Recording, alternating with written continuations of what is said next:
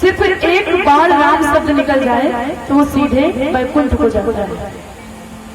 लेकिन सबके मुख से राम नाम निकलता रहा है। माताओं को पता होगा, सबको पता है कि क्या निकलता है। जब उनका अंतिम टाइम आता है तो यही कहते रहते कि वहां की जमीन तुम ले लेना, वो धन दौलत उनको दे देना, छोटे भाई को दे देना। यही सब निकले में कहते ही प्राण निकल जाते हैं। और बेटा भी कम चालाक नहीं होते हैं। अगर बाबा की उनके पिता की मृत्यु हो जाए तो कहेंगे कि बाबा की पिताश्री की चारपाई फेंक दो, चारपाई फेंक दो, बाबा के पिताश्री के वस्त्र पूरे फेंक दो, क्योंकि अभी गुजर चुके हैं। और बाबा के पिताजी के अगर गले में पड़ी है सोने की चैन तो लोग कहते हैं टीका रख ली, अब पापा की निशानी है, करते ना ऐसे। चारपाई फेंकते हैं, कपड़े फेंकते हैं, जितना सामान हो सब बाबा का फेंक दियो। अगर सोने की चैन बाबा के गले पड़ी है तो या रख लियो या बाबा की निशानी है। बड़े होशियार सब हो गए। तो मरने के समय अगर प्राणी के मुख से सिर्फ एक बार राम शब्द निकल जाए तो वो सीधे वैकुंठ को जाता है। यहाँ तक कि जब दशरथ जी के प्राण टूटने लगे चक्रवर्ती जी, तो राजा दशरथ जी ने एक बार नहीं 6 बार राम शब्द कहा। राम राम कही, राम कही, राम राम श्री राम, तन पर है रघुबर बिरहे, राम गए सुरधाम। अगर प्राणी के मुख से एक बार राम शब्द निकल जाए ना तो वो सीधे वैकुंठ हो जाता है। लेकिन भक्तों धन्य है राजा दशरथ जी। दशरथ जी के राम की ही विरह में प्राण टूटे, और वो भी जब दशरथ जी के प्राण टूटने लगे तो राजा दशरथ जी ने एक बार राम शब्द नहीं, राम राम कही, राम कही, राम राम श्री राम। दशरथ जी मरने के समय 6 बार राम शब्द कहते हैं। आप गिनेगा, राम राम कही, राम कही, राम राम श्री राम, तन पर है रघुबर बिरहे, राम गए सुरधाम। दशरथ जी के जब प्राण टूटने लगे ना तो 1-2 बार नहीं 6 बार राम शब्द लेते हैं। धन्य चक्रवर्ती जी। इसीलिए कहते कि राम नाम तो सब कहे, दशरथ कहा ही न कोई, जो कोई दशरथ कहे तो पुत्र राम सम होए। राम शब्द तो पूरी दुनिया कहती है, लेकिन दशरथ कोई बिरले होगा जो नाम लेता होगा। कहते कि हमारे जीवन में जो भगवान करते हो वो अच्छा ही करते हैं, और जो हो चुका वो भी अच्छा था, और जो आगे चल करके होगा वो भी अच्छा ही होगा। ध्यान से सुनिएगा। एक राजा जी थे, कहानी को ध्यान से सुनिएगा कि बच्चे बीच में शांत कर दो, आगे बैठे नहीं। ठंडी चवन्नी चाहिए जहां हुआ खनमनी है जरूर। आप जेब में अपने ठंडी चवन्नी रख लो तो खनमनी है जरूर। अगर बीच में एक नोट लगा ले तो ना खनमनी है। बाबा कोई नोट बन करके बैठ जाए ठंडी चवन्नी के बीच में।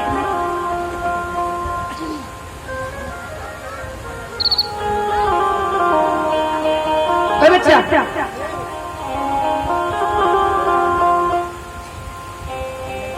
बोली सच्चे दरबार की, बोली दुर्गा माता की।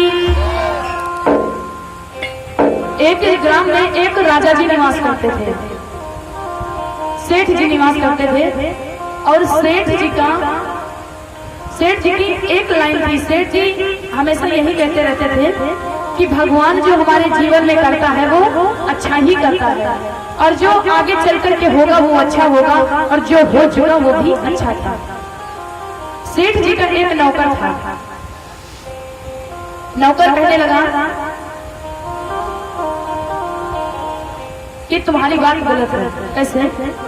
एक दिन की बात ध्यान से सुनिएगा, मैं बता रही हूँ आपको कि भगवान जो करते हमेशा वो अच्छा ही करते हैं, और जो हो चुका वो भी अच्छा था, और जो आगे चल करके हमारे जीवन में होगा वो भी अच्छा ही होगा। तो सेठ जी का जो नौकर था वो बहुत चालाक था, बहुत बुद्धिमान था।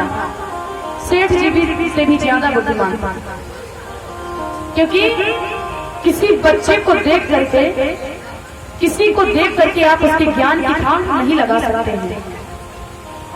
कोई कोई बच्चा ही होता है, देखो कितनी ज्ञान की बातें करता है, और कोई कोई बूढ़ा हो जाता है लेकिन तमीज नहीं आती वो बातें करने की।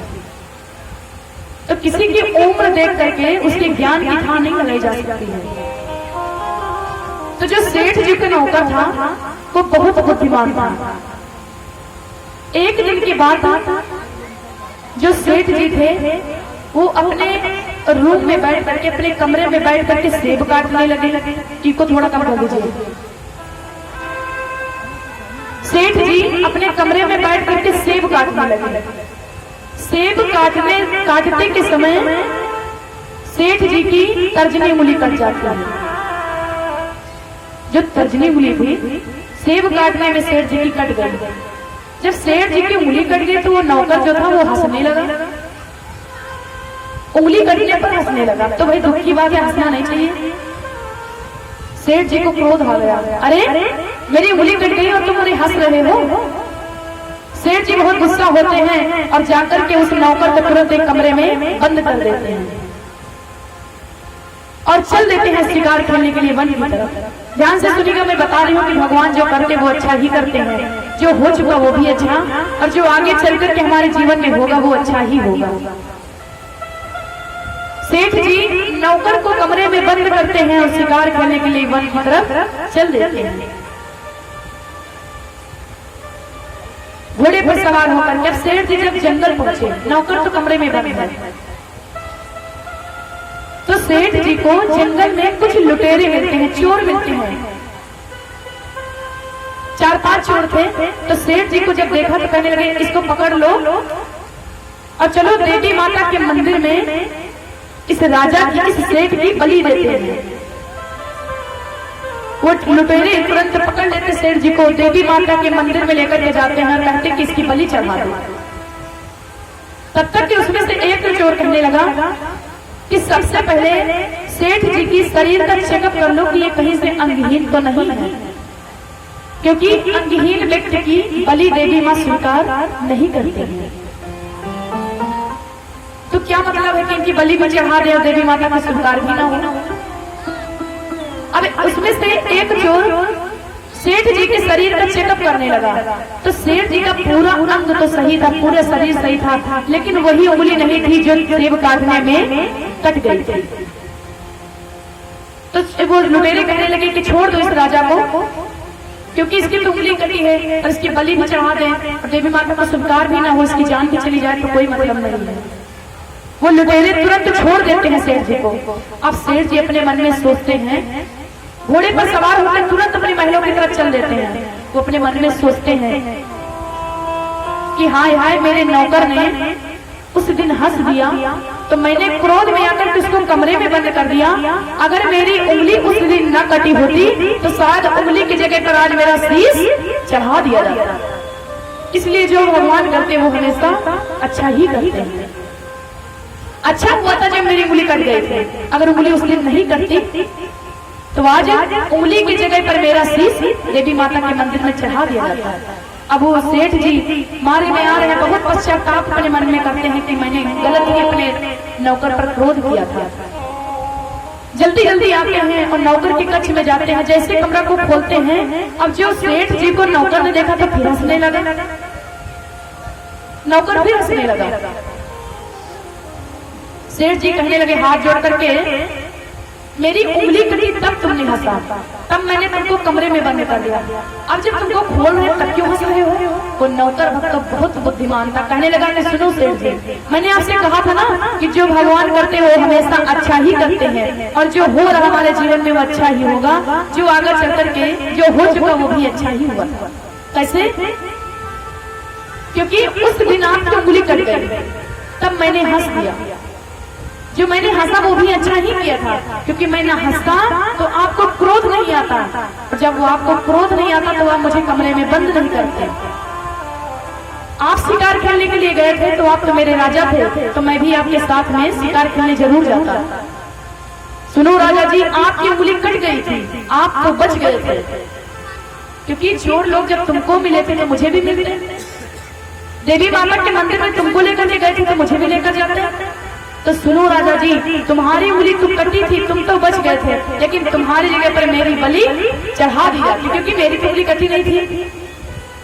इसलिए कहते कि जो भगवान करता है वो हमेशा अच्छा ही करता है, और जो हमारे जीवन में हो चुका वो अच्छा ही हुआ है, जो आगे चल करके होगा वो भी अच्छा ही होगा। सुख दुख दोनों कुछ पल के हैं, कब आए कब जाए, दुख तो ढलते सूरज जैसे शाम ढले ढल जाए। दुख तो हर प्राणी को होवे, राम ने भी दुख झेला, धैर्य प्रेम के साथ रहे प्रभु 14 वर्ष की बेला। किसी भक्त पर दुख पड़ता है तो बस तुरंत भगवान को भूल जाते हैं। जरा आप सोचिए कि राम जी के जीवन में कितना दुख हुआ। भगवान का 14 वर्षों का वनवास हो गया। भगवान तो वो तो भगवान थे, जब उनको दुख झेलना पड़ा तो हम और आप छोटे से इंसान हैं। बोली सच्चे दरबार की